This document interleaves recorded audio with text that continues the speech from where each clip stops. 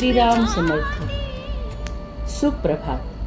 हिंदू जागृती न्यास व श्री घंटाळी देवी संस्थानच्या प्रभाते मनी या कार्यक्रमात डॉक्टर अश्विनी बापटचा सस्नेह नमस्कार.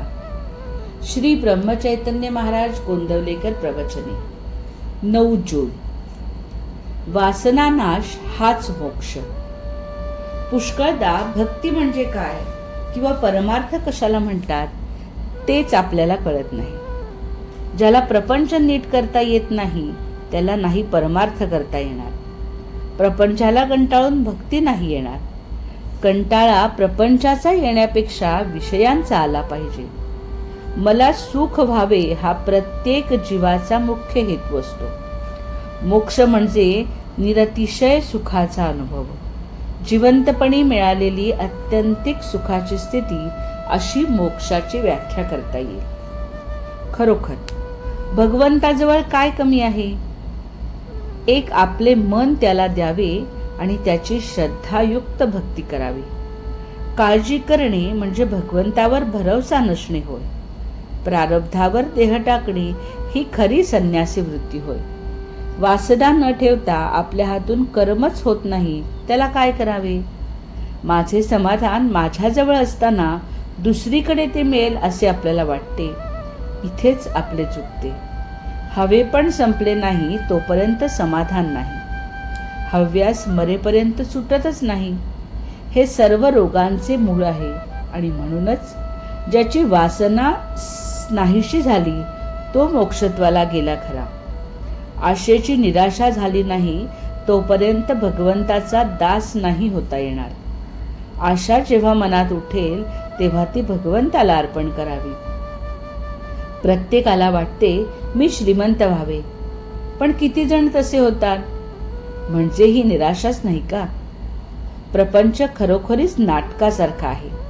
नाटकामध्ये एकदा मनुष्य राजा झाला काय किंवा भिकारी झाला काय, प्रत्यक्ष जगामध्ये त्याला किंमत नाही. उलट भिकाऱ्याचे काम करणाऱ्याने जर ते उत्तम केले तर लोक त्याचे कौतुक करतात. तसे प्रपंचामध्ये कुणी श्रीमंत असला काय आणि कुणी गरीब असला काय याला महत्त्व नसून त्याने भगवंताचे अनुसंधान किती ठेवले याला खरे महत्त्व आहे. आपण पैसा साठवला तर गैर नाही, पण त्याचा आधार न वाटावा. अनुसंधानाच्या आड त्याला येऊ देऊ नये. विषयावर जोपर्यंत तुमचे सुख अवलंबून आहे तोपर्यंत भक्तीचे खरे सुख मिळत नाही. एक भगवंतच मनापासून हवा असे वाटणे म्हणजे तो प्राप्त होतो. मी करतो असे कधीच म्हणू नये. मी आपल्या तपश्चर्येने भगवंताला पाहीन असे जो म्हणतो त्याला भगवंताचे दर्शन होणे कठीणच असते. विषय मिळाला नाही म्हणजे तळमळ लागते. त्याप्रमाणे भगवंत भेटला नाही तर तळमळ लागावी. आजच्या आपल्या स्थितीत आपल्याला काय करता येणे शक्य आहे हे प्रथम पाहावे. परमार्थ समजून जो त्याचे आचरण करेल त्याला तो लवकर साधेल. त्या माणसाला प्रपंच सोडून जाण्याचे कारण उरणार नाही. बुधवचन. हवे व नको याचा आग्रह नसावा, यातच वासनेचे मरण आहे.